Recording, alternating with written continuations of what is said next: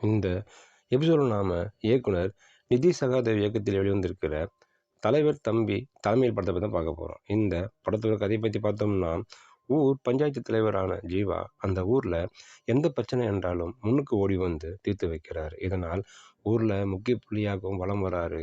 இதற்கிடையில் தேர்தல் நெருங்கும் வேளையில் ஊர் பெரியவரான இளவரசியின் மகள் பிரார்த்தனாவுக்கு திருமணம் நிச்சயிக்கப்படுது. தேர்தல் சமயத்தில் அந்த திருமணத்தை நல்ல முறையில் நடத்தி முடித்தால் வாக்குகள் தனது கட்சிக்கு கிடைக்கும் என்பதால் திருமண ஏற்பாடுகளை முன்னின்று நடத்துகிறார் ஜீவா. அதே சமயம் இளவரசியின் வீட்டுக்கு அருகே வசிக்கும் அவரது பகையாளியான தம்பி ராமையாவின் தந்தை உயிரிழக்கிறார். துக்க சம்பத்தால் திருமண ஏற்பாடுகள் கெட்டுவிடக்கூடாது என்று நினைக்கும் ஜீவா துக்க வீட்டுக்கு ஓடி போய் அங்கு இறுதி சடங்குகளை கவனிக்கிறார். திருமணத்திற்கு நிச்சயிக்கப்பட்ட முகூர்த்த நேரத்தில்தான் அப்பாவின் உடலை எடுக்க வேண்டும் என்று தம்பி ராமையா உறுதியாக இருக்கார். இதனால் அங்கு பெரும் பரபரப்பு ஏற்படுது. அடுத்து என்னானது, ஜீவா எப்படி சமாளித்தார்? இதான் அந்த படத்தோட மீதி கதை.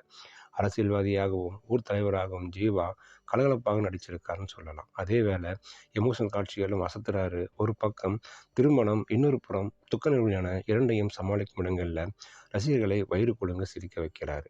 கல்யாண வீட்டில் அலப்பறை செய்யும் மணமகளாக பிரார்த்தனா ஒரு கட்டத்தில் மனமுழைந்து அழும் காட்சியில் ஸ்கோர் செஞ்சிருக்காங்க.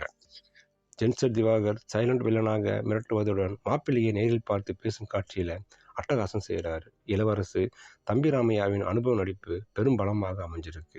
இதை கதாபாத்திரங்கள் நடித்திருப்போர் அனைவருமே சிறப்பாக நடிச்சிருக்காங்கன்னு சொல்லலாம். பப்ளு அஜீவின் ஒளிப்பதிவும் விஷ்ணு விஜயின் இசையும் படத்தின் ஒன்றை செய்து பின்னணி இசையும் சிறப்புன்னு சொல்லலாம். கலாட்ட காட்சிகள் படத்துக்கு பலம், சில காட்சிகளை யோகிக்க முடியுது. கலகலப்பான கதைக்களத்தில் அரசியல் சார்ந்த விஷயங்களையும் பூத்தி ஜாலியாக படமாக கொடுத்து கவனம் வைத்திருக்காங்க இயக்குனர். மீண்டும் ஜீவாவுக்கு ஒரு நல்ல கம்பேக்னு சொல்லலாம்.